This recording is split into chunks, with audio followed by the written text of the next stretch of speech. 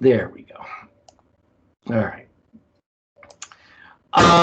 Sorry about that. Just realized that I wasn't, just in case somebody needs, if you guys want to review this later. So if you look at the infamous System Engineering V, where needs come in and you go through the decomposition and then building the various component parts and then integrating them together, there's an aspect as you're doing this that you have verification all throughout that process. When you do your requirements, you verify the requirements are correctly written. And all throughout, you have other verifications. So these high-level requirements have to include some kind of verification aspect to it so that the requirements can be verified. So that's one of the aspects of it. So what it does, you look at 15288 and its definition, it says it confirms that the system of interest as it's being built does perform the intended functions and meet those performance requirements that you expect. So it's that whole idea that the requirements for your system are being fulfilled. In other words, did you build it right? Now, this is in stark contrast to validation, and we're going to get into that. Very important to understand the difference between the two. Now, with that in mind, remember we went over what a good requirement was, and one of those characteristics was the act that the requirement can be verified. In other words, there's 4 standards, right? Inspection, analysis, demonstration, or test. And those can be used in order to verify the requirement meets that the requirement will be verified. In other words, when the requirement, this is where it gets difficult. Hopefully it's not confusing to you as I try to explain this. When a system is built, it's built based on these requirements. So once the system is built, you verify the requirement within that system that we do it. And of course, that's why when you develop your requirements up front, you have to be sure you have a verification method that you will use to verify the requirement was met. Okay, that got semi-confusing. Hopefully we'll straighten that out. One thing I do want to really stress to you guys, it's very easy, especially in whatever environment you're in. You may constantly talk about test and evaluation or T&E, or I'm doing testing. Especially if you're in the software realm, testing is kind of all you do. But there are other verification methods besides testing, things like verification, analysis. Analysis becomes fairly important when you want to save cost, perhaps, or if you find you have a requirement that you can't verify through any other methods, so you have to analyze them. And of course, the go-to is demonstrated. Just turn the thing on and see if it does what it's supposed to do. So the requirements have to be verifiable. That's an important aspect. And so not just testable, but verifiable as well. So that's a measure of a good quality of a product requirement. Is it verifiable? And each requirement has to have that verification method. And so we come up with this verification cross-reference metrics. Here's the requirement. Here's the verification I'm going to use. When the system's built, I'm going to actually do that verification and then actually verify the requirement was implemented. All right. So I talked about inspection. You just look at it or analyze it. Looking at various evidences to see if it meets the requirement, demonstration, running it, and of course testing, you put probes in it. The other thing is analog or similarity. Hey, I built this system before, I can definitely use it this way. Similarly, maybe a little change or two. Or simulation, I actually put it into a simulated environment and see how it reacts. Or it may be something where you sample the output every now and then, not the entire thing if it's an infinite output. So that makes sense. So I go into each of these, inspection, the visual or dimensional examination, and it's very non-destructive. You can measure things or smell, hear, touch it, or even weigh it, perhaps. It's the type of inspection that where you can check the properties by observation. Analysis is where you have to collect analytical evidence and then use math or probabilistic calculations or logical reasoning, something that will give you a theoretical compliance to your requirement. And that's when you have testing. It can't be done under realistic conditions. You're putting it up in space. So how can you do that? So you may have to analyze it or something like that. Of course, test is you put probes, you do measurements, and you may have special equipment that you need to make that work. So that's where when you start thinking about the enabling functions you need for verification, one of the things you probably need is a lot of test equipment to make it work. Demonstration is not so much measurement, but actually seeing the function take place in the real world where it's supposed to be. You observe it. Did it do the thing you said it would do? Yes, and you're done. So observations are very important. You'll notice that demonstration, if you're from the DoD if you're in a DoD environment, you'll notice things like where you have development T&E, development test and evaluation, or operational test and evaluation. So a lot of times development test and evaluation would have things like an inspection or analysis or test. But when you get into the operation, the entire system is together and you're doing it within a missionary and within its mission aspect. And because of that, demonstration becomes the prominent method that you would use in operational T&E. Analogy we talked about in simulation and sampling as well. So you should be able to answer 5 questions for requirements attributes. What's the objective or the purpose of the verification?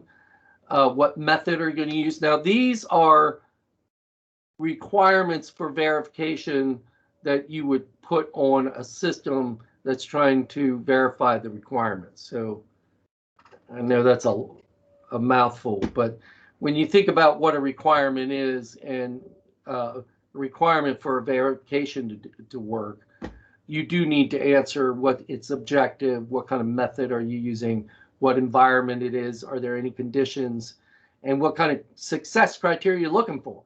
Because you'll have people actually doing these verification methods, they want to know what you're expecting.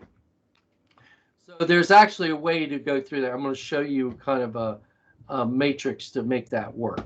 So we have a product requirement. You know, this is something on recovery force communications, right? And the communication shall, blah, blah, blah, right? So basically what you do for your verification requirement for this requirement is you have an objective. You'll actually perform some kind of test or demonstration or analysis. You explain what that is. And then your pass-fail criteria will explain what you expect to see once that test or demonstration or inspection occurs.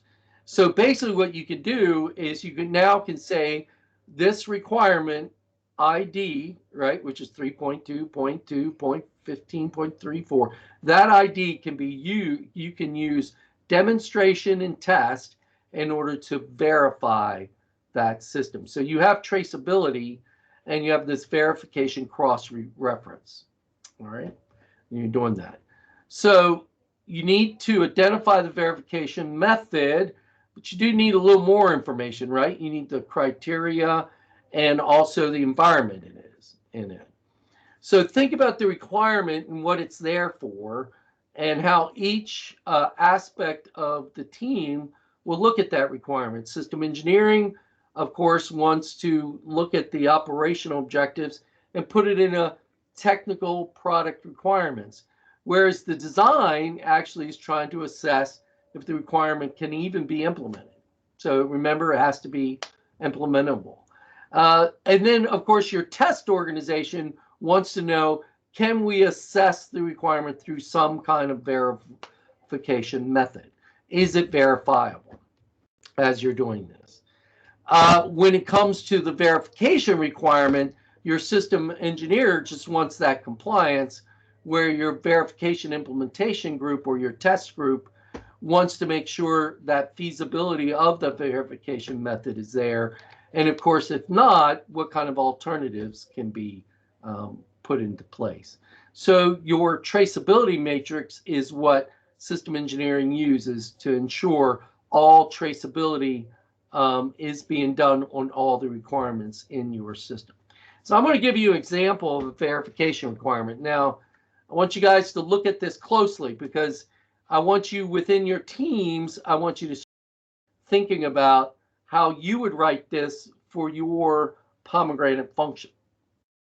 So you usually have an objective, and basically you say prove the requirement. So you just prove that the requirement's communication, whatever that shall is, you're going to say, I'm going to prove that shall. Okay. How are you going to do that? Well, by performing a test, by performing a demonstration, by doing a blah, right? And where are you going to do that? Now, this one says integrated hardware environment. In other words, the integration of the product within its environment is acceptable. But there are times you may say, I want it in an anechoic chamber, or I want it out in the real world, or something like that. So understanding that environment and explaining what it is an important aspect to it. And then what is the success criteria? The testing will show that the product indeed can perform that requirement as you specified within the requirement you're looking at. And there may be aspects where you have special conditions. I need extra noise in there because I'm doing voice translation, and I got to be sure it can do it in a noisy bar. Oh, shoot, I just helped one of the groups out. Sorry about that. So with that in mind, first of all, are there any questions? I'll wait a few seconds here in case there are. Okay, you guys all know where the mute is, so you can talk to me.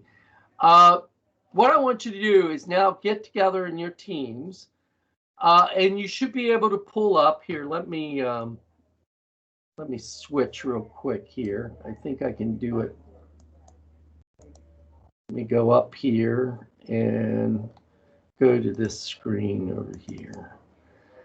All right, you should be able to go to your team, I think team, and open up your file section and go to class 10. There's only one thing there. Go ahead and pick it out. And basically, you're just going to create what I just showed you. All right. So write your objective. So first of all, you probably want to think about what is the requirement for your pomegranate function. What requirement do you want to have? Now, you should have one from a previous class. And I believe, let me go back real quick to teams, to files. And one of these exercises, shoot, I didn't write the exercises down, but one of the exercises should have a requirement you may be able to pull over. So maybe one of your team can look for that as you guys start working on this thing. If you can't find it, don't worry about it. Just try to write one rather quickly as you're doing it. And basically, you'll be saying this verification, this verification will prove that the system will, so you'll explain it. You'll just rewrite your requirement so it fits in there, and then think about the method that you're going to use. Remember, I gave you about 6. Usually it's the top 4. And then what kind of environment are you in? And then is there success criteria that you need to think about? So try to do this for, how many did I ask you to do? Just one, I guess, and get you back here again. But I want to let you guys think about this for a good 15 minutes. But if you're done in 10 minutes, put a note in the board. I'll watch it, and then I'll bring you guys back, and we'll start up again. But go ahead, come together. Is there any questions about what you need to do here? Because if not, you guys can go and start getting into your teams. Let's see if you guys started. Let's go ahead and start your videos on your teams, okay? And I'll pop in if you guys want and see how you're doing, all right? Thanks, guys. We'll see you in about 15 minutes. I'll put it down in the chat about 5:10. We'll see you then. All right.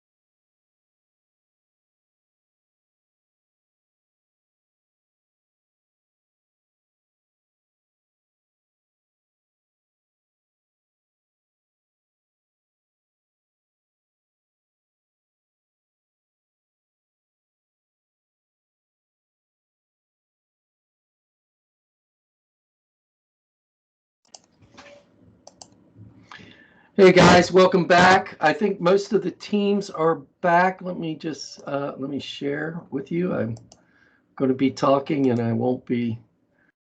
All right, you guys should be able to see that, correct? All right. I think most of the team is back. Let me double check with the participants. Oh, no, few are still finishing up. So we'll join you guys soon. Um, Looks like Alden and the others are on hold. So we'll be starting as soon as they get in. So let's just pause a little bit more, and then we'll get started.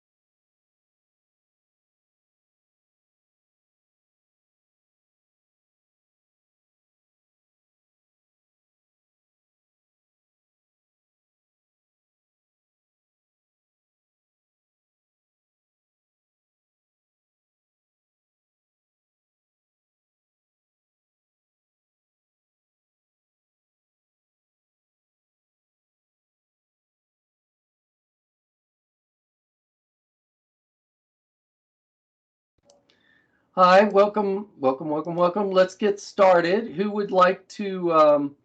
Looks like Team 4 is having trouble. Precious, are you there? You were with Team 4, right? I mean, Team 4, right? Can you talk to me for a second? Do you have a? Can you? This is Marcus. I'm here from Team 4. Oh, okay. It looks like Alden and who else? Oh, okay. There's another team that's not in yet, right? Let's see what team that is. All right. Yeah, it's Team 3 is not in. Okay. We might, and I guess Alden, was he having some trouble? Marcus, do you think? I think he was having a few technical difficulties, but Yeah. I'm not sure. He was able to get in eventually, but I'm not sure All what's right. going on. It happens. It happens. All right. We'll hopefully he'll get in by the time you guys get up. Let's go ahead and start with uh, team team 2. All right. So I think it was only 2 of you. Which one of you are going to talk about your slide? I'll talk. All right. Let's Yeah. pull you up here. Any challenges? Well, why don't you tell us what you put together? Yeah. So, our verification objective was to prove that the device can detect the correct audio language for translation, since our thing was voice translator.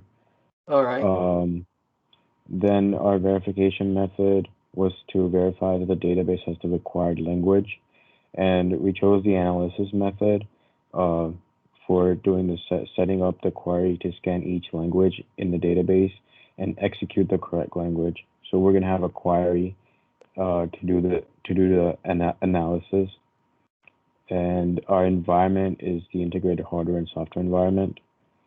Our Sorry. success criteria. Our success criteria would be that the testing will show that the product can process the right language out of the database and translate it as fast as possible. That would be our special conditions, and we want the special condition to be the process that can finish in 1 second. Well, that's actually not a special condition. That's your actual. That's your. We'll show the product in process right, and translate uh, in um, and finish in one set, right? Yeah. Oh, okay. Because that's your success criteria, right? So Okay. special condition, and that actually you're running into, you need a software program needs to be written, right? Right. So that is actually a software. You said query, right? Yeah, Software software query. query. It's usually within the database. Yeah, query. So that's part of your testing Right. queries, software query program. So it's interesting. You have a software program, but you have to write a program to actually do the verification, right? So yeah, that would definitely be needed as you're working this. The environment is interesting because I'm wondering if you really need. Yeah, no, you would need the hardware because that 1 second you'd have to actually run it within an environment where it's all put together and all. So no, you did a good job, guys. That's good. Does anybody Thank have you. any questions out there? In terms, I wanted to show you this. There is an aspect, if you remember me showing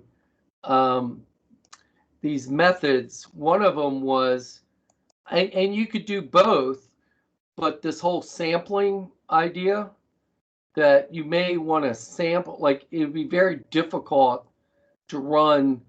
Well, you could do it maybe if you had a supercomputer or something, but you would have to think, my database is 50 languages. How many translations are within each of those 50, right? So it might be usable, it might be doable, but you would have to calculate, hey, would that take 3 years? I don't know. But that's something you would have to think about, and then you would have to say to yourself, maybe that's feasible or too costly, and I am going to do an analysis, but that analysis is in relationship to this whole sampling idea. Does that make sense? So that's part of what I wanted you to think about. What would be my environment and what kind of tools or facility and equipment? Does that sound right? Yeah. All right, good. All right, we looks like we got most everybody else back. Let's go to team 3. Who would like to talk for team 3? I'll be talking. All right, let's bring you up here.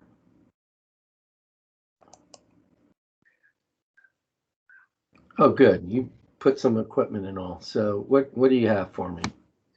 Yeah, so our requirement was that the primary end device shall heat the coffee to a serving temperature within the range of 160 degrees Fahrenheit to 185 degrees Fahrenheit, for the serving temperature. So this verification test called the coffee serving temperature test is to prove that it does that. Yeah, okay. And the environment was a laboratory with standard ambient ambient temperature and pressure. So, and the success criteria was that it's successful if the coffee temperature test achieves any temperature within the range over a series of 20 tests. So I like that. Yeah. Each test has to achieve a temperature in the range, and average obviously would be within the range, so it will pass. Otherwise, it would not pass. Yes. Good. Good. And special conditions. Well, we weren't too sure about the special conditions, but oh, right. Now that would be special conditions, like for instance, this coffee serving temperature test equipment. Well, you say it's in a laboratory. Special conditions would be like I need to make sure the laboratory is within that ambient temperature, so I may need special equipment. But you actually talk about it down here. I like the fact you have all your type of equipment, like the heating.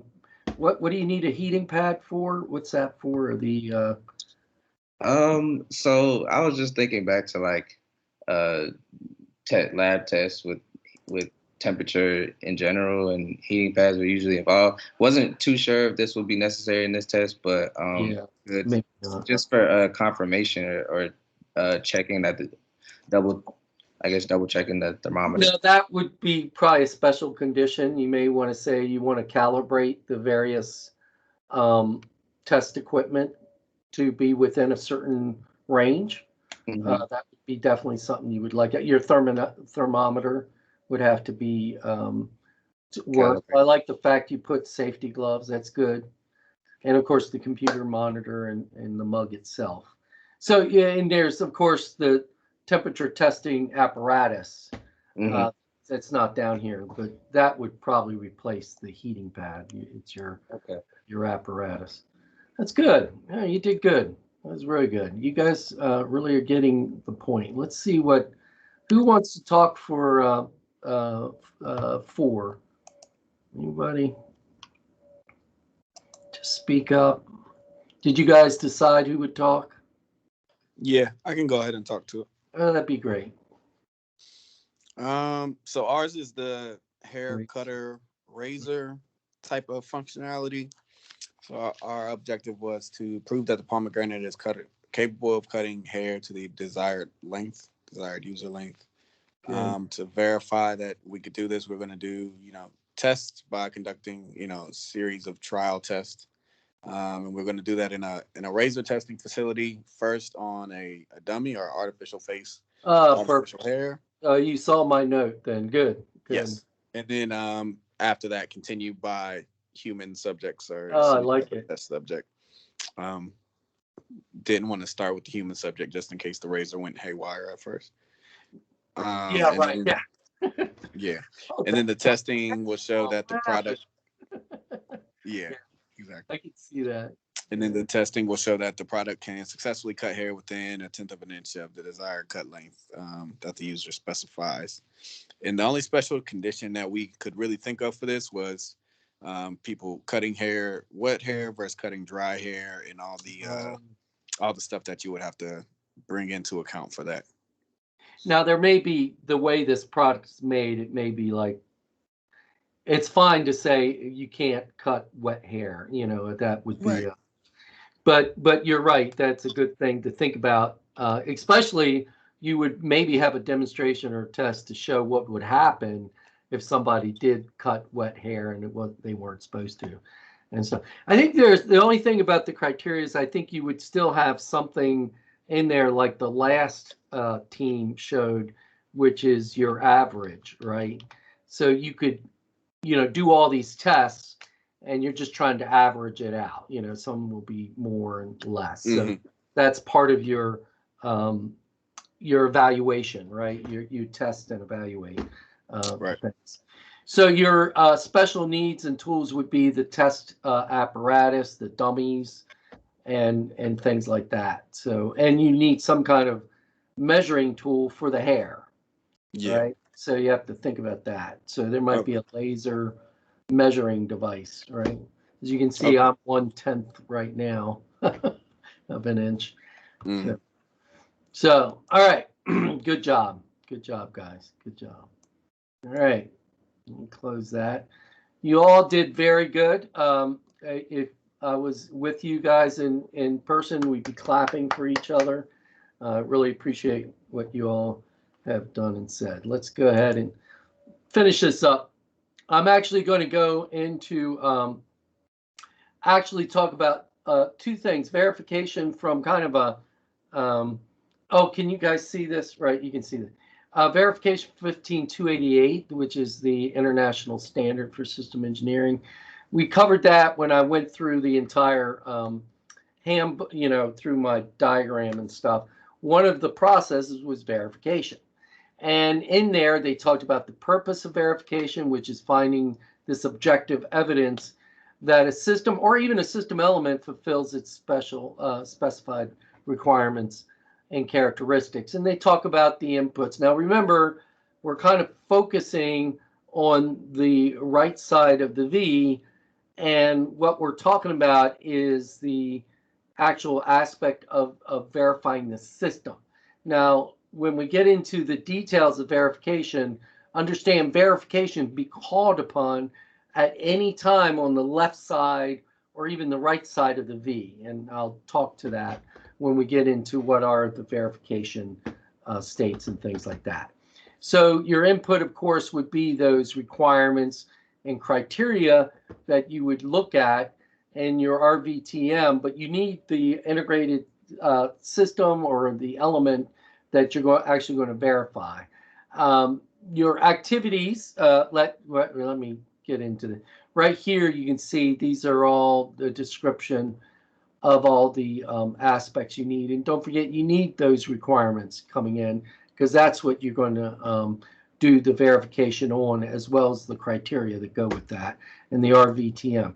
So you get this system element, you have these up here, you're able, after you prepare the verification, you figure out what the cost is and get all the equipment you need and things like that. You strategize how to pull that equipment and the people and resources you need to do your verification, and then you actually do it. So the performing of the verification is where you actually do the plan that you did beforehand. And then once you get the data out of that performing the verification, you manage the results. So you put it in the RVTM, right? Your requirements traceability verification traceability matrix. You record any anomalies. You establish your traceability and make sure your baseline is understood as you're going forward. So your outputs, of course, would be your RVTM. That's an important thing. Notice up here, this strategy, system requirements, verification enabling system requirements. In other words, what do I need to buy? If I need a dummy, I need to buy that dummy. So notice over here that requirements for that system element, that element you need to run your verification is goes to acquisition because you need to buy it. You have certain constraints and procedures. So all this is done when you actually prepare the verification. But eventually at the end of it, you do also get as an output the final verification matrix, and the system itself is now verified and it's ready for transitioning at that point. And of course you have a report that explains what happened during the verification process. Now this is what I want to get to you, and I may have to do a whiteboard. Let's see if I can pull one up. I'm not as prepared as I'd like to be. Let me do this real quick. I think you'll be able to see me as I do this. All right, let me copy this and see what happens. And what I'm going to do is kind of talk about, let me first finish after doing that. Let me do this real quick. First of all, when you talk about a verification action, you need two important things at the beginning, right? You need the item itself over here, the thing I'm going to verify, and I need a reference. Like what is the item that I'm going to do? So if you can think, the system, that's my item, what's my reference? Well, the requirements that built that system, right? But there's other items. The function, okay, what I'm going to use to verify the function was done right. Well, maybe the ConOps, right? That would be my reference. So there are other things that you can do and stuff. Now, out of that item and reference, you actually do the action, which is like inspect or test or demonstrate. And out of that, you get you look at your expected results and your obtained results and compare them. Did I get what I expected? And so is it correct or not? So it's a yes or no.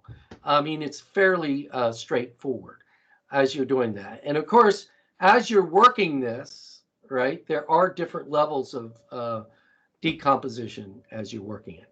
Now, what I want to pull up, let me go over here, stop sharing for a second. You get to see my lovely face. Let me go to whiteboard, see if that pulls up. All right. Can you guys see the whiteboard now? Tell me yes or no, or thumbs up, or unmute. Everybody can edit. That's good. I can Ah, bummer. Thought for sure I could paste on here. All right, that's a note. Okay, this is not working the way I. All right. Ah, Precious. Yes. What are you saying? Okay, conversation. I need a conversation here.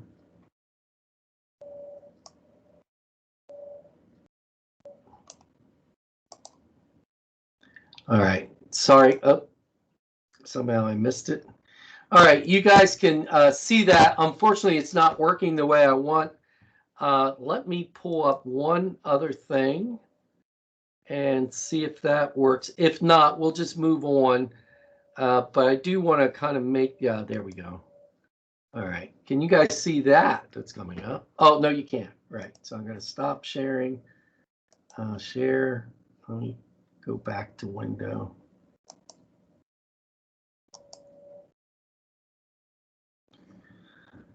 All right. All right. Let's start a new one. I think insert menu. Go back out. There we go. Create a new one. See if this works. There we go. All right. Can everybody see that? Just every now and then you may want to unmute and talk to me. Appreciate that. I can't see your chat, so if you're chatting, I'm sorry. Got a lot going on here. Let's see the chat raising. Anybody raising your hand? I don't see anybody. Okay, so give me a raised hand if you see what I'm my verification action. Hit the raised hand icon. Oh, geez, that's huge. All right, that's not what I wanted. Oops. Whew, I think that's just a note. Okay. All right. Can you guys come off mute just so I can hear a few of you? Yep. We're going to talk back and forth here. All right. I can see it. Oh, good. I'm just going to just type something here. I think that'll work. All right. You guys see that? It's a requirement. Now you guys can write it if you want. The item is a requirement. Let's see if I can color this. Can I color it? I guess not. Okay, let's just move it over here so you can see. The item is a requirement, okay? So you guys come off mute so you guys can talk among yourselves. What would be the reference to verify a requirement? Does anybody have a good idea? And we've talked about this before, I think. Anybody? Now remember, could it be different standards, like industry set standards? yes, so that is absolutely true. And there's actually an IEEE standard, right, that we could use that actually, oops, I'm going to type something here, IEEE standard. And do you guys remember what a good requirement is that we talked about? One of the things I talked about, but we talked about a good requirement standard. Do you remember? Anybody come off mute so you guys can talk. I need you guys to talk among you. Talk part of the class. I know you guys are interested in only listen to me go on and on and on, but I need you guys to talk up too.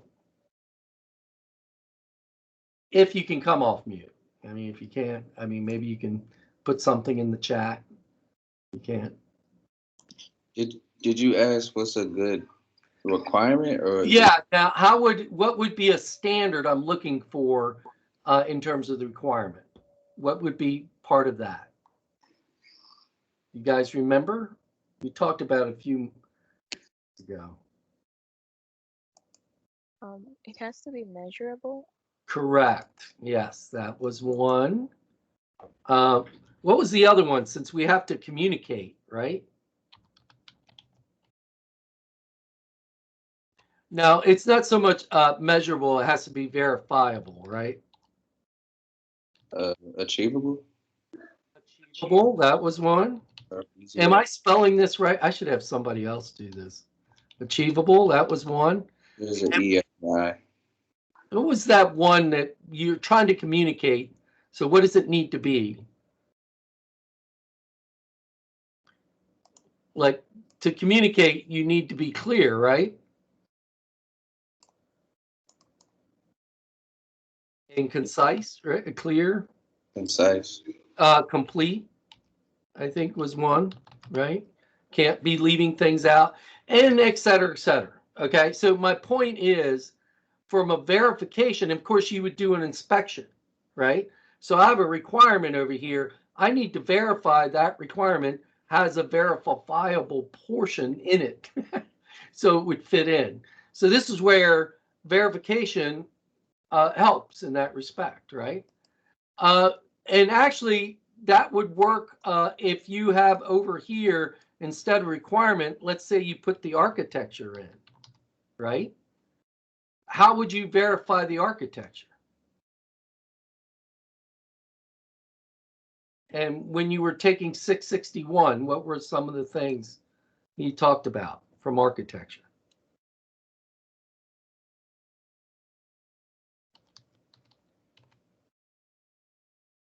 Do you guys remember? 661, anybody?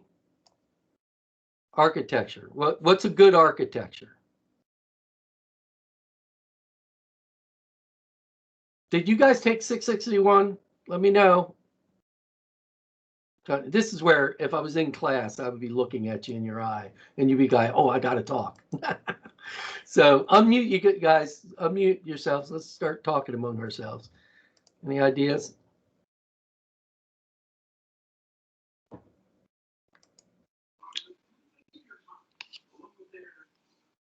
Go ahead. Go ahead. Anybody? Yeah, for architecture, well, I can't really remember that well, but was one of them detailed or? Oh, it didn't matter, right? Yeah. So even your detail architecture can be verified, right, Jordan? So your architecture, you could actually look at templates. Like, are there other architectures that you would look at? Are there best practices? Are there things that your company expects? So you can also verify your architecture, right? So the reference over here, no matter what the item is over here, like this is architecture. Over here I had requirements, right? No matter what the item is, there's probably a standard that you can use to inspect to make sure that it's correct or not. So that's the important thing I'm trying to show. All right, so enough of that. Too much quiet for my point of view. Let me go back and minimize this and go back to the class. Okay, so you compare the results and make sure it's correct. And this is what I was trying to show you, is you have requirements, you make sure it's necessary, you know, the requirement meets grammatical rules and characteristics. If it's architecture, there could be patterns or heuristics. Even the system element itself may have certain patterns you're looking for, or certain rules or state of the art that are related to that technology you want to make sure that it meets. And of course, verifying the system itself against the requirements it was used to build is important. Very important aspect of verification, of understanding these actions. I want you guys to kind of keep this in mind. This slide is fairly important in that respect. And there's different levels, right, where you're verifying with the element, the system. Even system elements can be verified prior to them joining the greater collective for the system itself. And they can be. So each level will have a verification aspect to it. And there's other things you might want to think about when it comes to verification. You may have to stimulate or simulate certain interfaces or the environment. So modeling becomes important for verification. And your cost of verification can be quite extensive if you're taking a system you need to build, the environment it needs to be in, may be cost prohibitive. So coming up with different alternatives to your environment. Maybe mixing simulation with some integration and physical aspects might be something that you bring into bear when you do this. Automation, your pass-fail criteria. What about, I think we talked about this for wet hair versus dry hair. There may be times you actually want to test a aspect where your system isn't supposed to go in that direction, the overflow type thing. You want to know, well, what will happen to the system? Will it be dangerous? Of course, just getting your CONUP, because your CONUP says this is how the system will be used, just take your system and run it through that CONUPs. So that's one thing you may want to do as you're preparing for the verification thing. So remember, there are different categories for when a system comes together. The developer has their own testing, but then you have qualification tests that make sure your system or your system part indeed is designed within certain parameters that you expect it to be worked. Acceptance testing usually occurs when when your actual system is done and you're ready to to actually give it to your customer. They'll want to do some testing, and then they'll accept it if it meets the criteria. And of course, operational tests we talked about. It's where you actually take it, put it into its environment, and have the people that are actually going to run the test. There's no developers involved. They're just watching as they're doing it. All right. Any questions out of that? You guys doing good? I'm going to go ahead and play something for you here. This is an electronic calculator. It was invented years ago, but there's an aspect to it that, and I have to make sure that you can hear let me see my face again. Let me do this. All right. Can you guys? Your donation makes a... Wait a minute. Sorry, I meant to do this.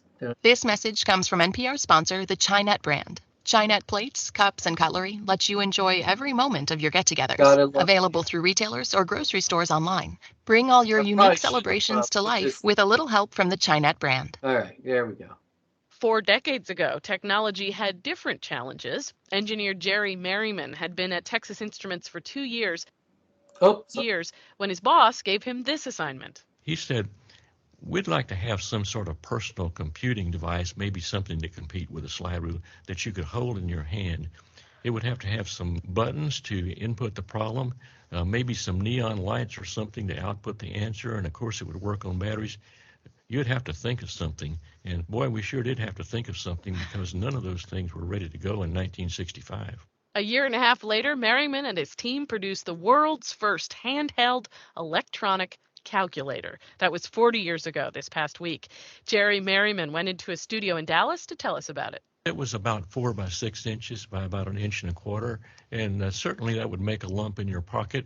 But its predecessor in 1965 was a transistorized calculator that weighed 55 pounds, sat on a desk, used enough power to plug in the wall, and it cost $2,500, so wow. It was a pretty big change. One thing that strikes me when looking at your calculator here is that it doesn't have a screen, that it's got tape that comes out the side. If you look closely, there's a transparent window, and you read the numbers on the tape. That's your immediate answer. Eventually, the paper comes out the side, and you can save it if you like. And I gather it's because the screen wasn't invented yet. There was no screen. Well, light-emitting diodes, the little brilliant red things, we were trying to make those in 1965, but they only put out infrared light. You couldn't see it, and we thought that was a disadvantage. Yes, I could see how that would be a disadvantage. What could your calculator do? It's what was later called a 4 function. It could add, subtract, multiply, and divide. It had a decimal point. It took in inputs up to 6 digits and made up to 12-digit answers. It printed about 12 characters per second, so the maximum time to get an answer was about a second. Huh. What were some of the challenges that you encountered when you were designing this? Well, there weren't any examples of thin, cheap, reliable keyboards that would work 1,000,000 times. Another problem was all those transistors were going to use way too much power and you didn't want a car battery to carry around. You wanted a little battery. We did some work on that. I remember making the battery charger myself in my garage. It was a sort of a little black fist-like thing that plugged in the wall and had a little wire that went to the calculator. And one of the most daunting things was testing the parts that we built. Integrated circuits in 1965 had maybe 20 transistors, and they had 14 or 16 wires coming off of them. Testing was fairly straightforward. We built larger chips that had thousands of transistors on them and had up to 120 wires coming off of them. Some of them are inputs asking questions, and the others are outputs giving the results. The number of combinations of that is just astronomical, and it was a daunting task to verify that any given piece of the calculator was doing its job. In order to solve that problem, we made a breadboard of the calculator, that is a model of it using regular integrated circuits. It occupied a two-tiered 6-foot table with lots of visible wiring, and we used it to mimic the calculation, and then some sub-portion of the calculator was checked against the candidate chip, and that was sort of a breakthrough in testing as well. When I was growing up, everybody had the calculators on their wristwatch. And one of the controversies then and before was that students could bring them to class and cheat by having a calculator in their class. Well, I don't see that as cheating. I see that as extending your reach and grasp. Maybe if students today are not so proficient with a pencil adding numbers on the back of an envelope, they've traded that for the ability to handle problems that were not in their purview before. In the same way that you might say that an automobile inhibits walking, but look how far you can go. Jerry Merriman joined us from Dallas. He is the man who invented, with his team at Texas Instruments, the first electronic handheld calculator. Thank you very much. Thank you. And now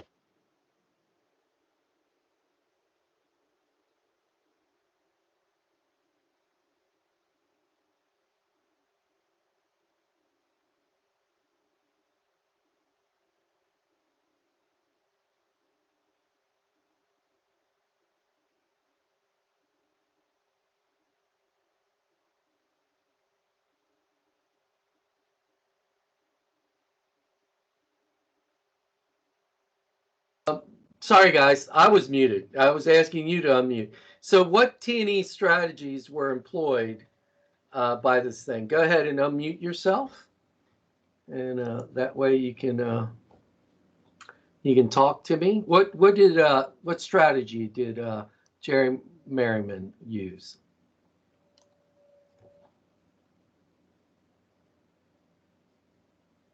All right.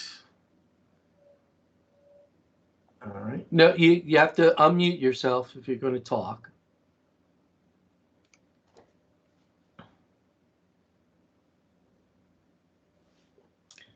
Anybody? What was the challenge that they ran up against as they were trying to actually test this thing, verify that it would work?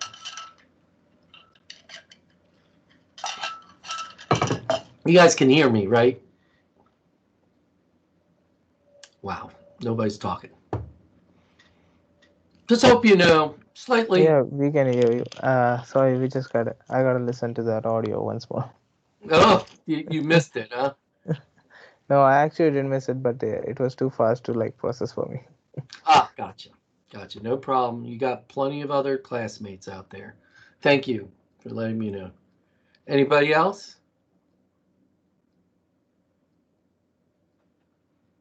Okay, somebody tell me what this device is down here. What is that? Anybody remember what he said? The electronic calculator. Down in the corner, right here. What's that called? Anybody? You all heard it, right? He did mention it. I hate to play it back again, but all right, we'll move on. I don't want to stress this out, but this is a test bed. It's actually a huge amount of brass boards that are used to actually look at the function of the calculator itself. So they actually had to build this to verify that indeed the integrated circuit will work. So one of the things they had to do was make this kind of almost prototype in order to verify the calculator would work in the way they expected it to do. So the other thing I want to cover for you guys is the DoD perspective. And basically, they talk about test and evaluation. So one of the disadvantages of using the 15288 within a DoD environment is testing is a part of verification and validation. For DoD, it is as well, but they kind of emphasize a lot on testing, not so much. So they put T&E, that's like to them analysis or demonstration or anything, right?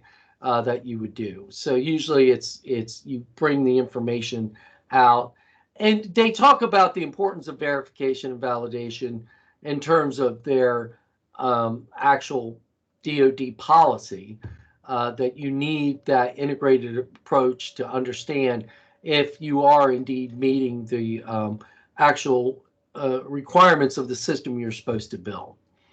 So basically they talk about that process where you actually go through and look and assess. They probably should have called it assessment, not just test and evaluation. But it is interesting because they are separating out the two. Of course, they talk about development and operational, but the whole idea of the differences between tests, right? Test is where you find them together, but test denotes what you actually do, the process of getting the information. Evaluation is you take that information, figure out if it actually meets that expected results that you had. And the other thing is the idea that your assessments are done all throughout the DoD acquisition process and all. So I'm not going to go into all this as test readiness, technical readiness, operational things that you have two aspects, the developers and the operational test authority. For Navy, it's operational OPTEP 4, I think ATAC for the Army. So those are the ones that would get involved and make sure that operationally it's done. All of it within this idea of a TEMP, or a test and evaluation master plan, which is kind of built on the side of your spec or your requirements. And you kind of use that spec to understand what your test requirements are. And so your test evaluation master plan, you get your independent test authority involved, the program office who's actually creating it, and then the operational command as well. So operational test authority, program officer, office, and the customer are all involved.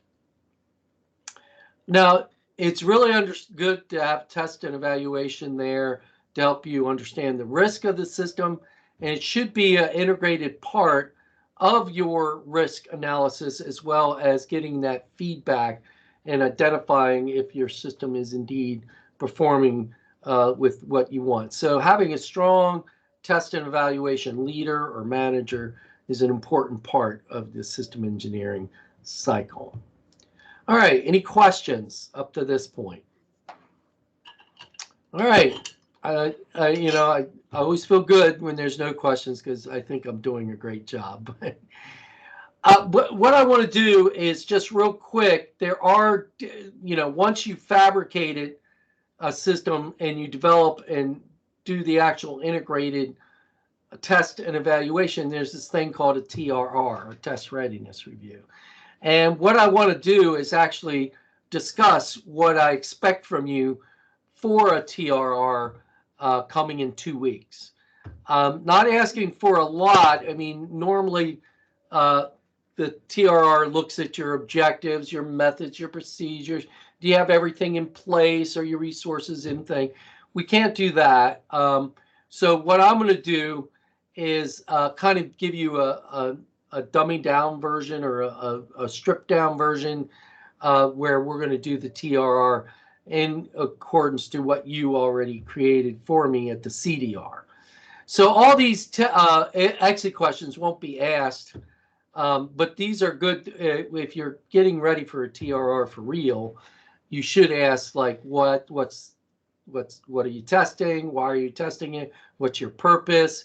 What is the actual item that you're going to test? Are you ready to test? Do you have all the equipment and everything necessary, and facilities and people and procedures written out and printed out?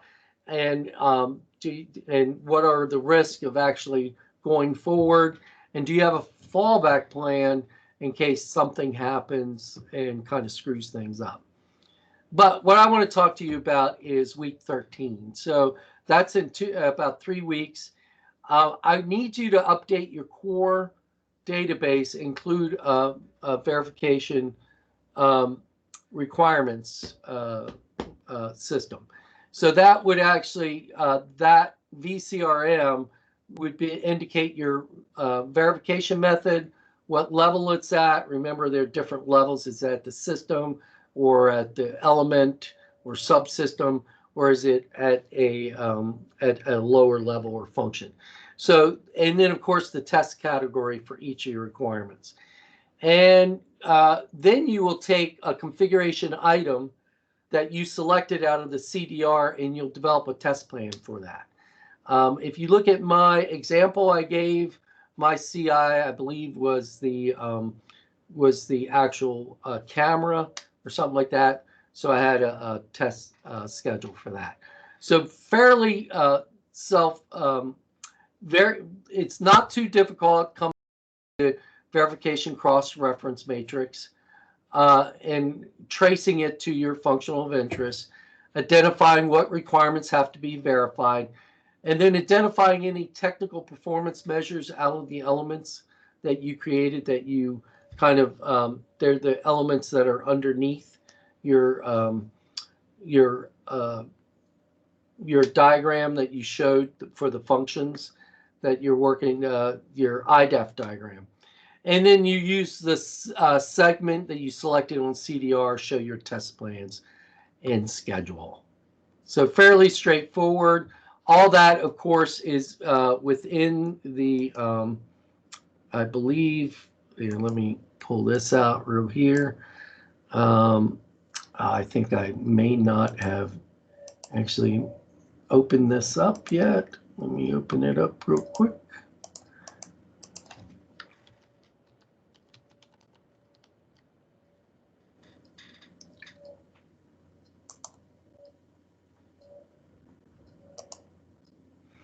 Oh, I should have. Sorry. All right. So, so when you go to the team project, the test readiness reviews there, everything's there. I'd like you to, with your test plan, just come up with your introduction background. Don't make a big hairy deal and give me 20, just do enough so that I can see that you guys understand developing a test plan and what it needs, especially when it comes to your constraints, limitations, or test resources. That's really what I'm trying to get you guys to understand. So as you can see, it's a fairly straightforward presentation, and out of that, I give you my grading rubric as well. All right, so that should get you going. I believe that might be all I have. So your assignments, read ahead. You should be doing your homework next week. You should be able to provide that to me. I'll give you a new homework next time. You'll have 2 weeks to get that ready as well. So we're fairly far along here. You should be preparing your TRR and getting ready for that. And then, of course, the final will be very similar to the midterm. And you all did well in the midterm. All right. All right, so that's all I've got for you today. Is there anything else? Any questions at all? Are you guys happy? If not, I'm going to let you guys go. You'll have enough time if you guys want to get together with your teams to start talking about your TRR and how it's coming together. Yeah, so Professor, I got a question about the TRR. Please. So it says that we have to update the core database by the VC. Is there any steps to follow that we can use to achieve that? I Except was the hoping you VCR. guys would be enough in your core database. You should be able to go through your requirements. You should have written several of them, and you should be able to go in there verified by. There's actually a section down there. Yeah. Just write in your inspection or test or things like that. That'd be good. So that's basically what I'm looking for. So you should be developing a So we have to develop relationships by clicking on the verify options so that we can add the further components in the inspection and okay, I got it. Yes, right. And you should have something that looks like this, right? That you have a paragraph and you actually say, what are you using to demonstrate? Now you can be a little more expansive in the database, which is good. So definitely want to look at that. All right, good. Yes, you got it. Right. Yeah, okay. Thank you. If I have any more further questions, I'll just email you. Thank you. Okay, good. Anybody else? All right, I'm going to go ahead and stop it here. We'll see you next week, and we'll talk about validation. And so basically what'll happen in the validation end of things, you'll find that there's a lot of similarity because the methods are the same, but the purpose is different. So we'll talk about what that is. So if there are no further questions, I'll hang here. If you want to wait for people to hang up, if you want to ask me something else, that's fine. But the rest of you can go if you need to. Okay. So we're all good. All right. See you guys next week. Yeah. Good night. Thank you. See you guys. Thank you. Thanks, guys. See you next week.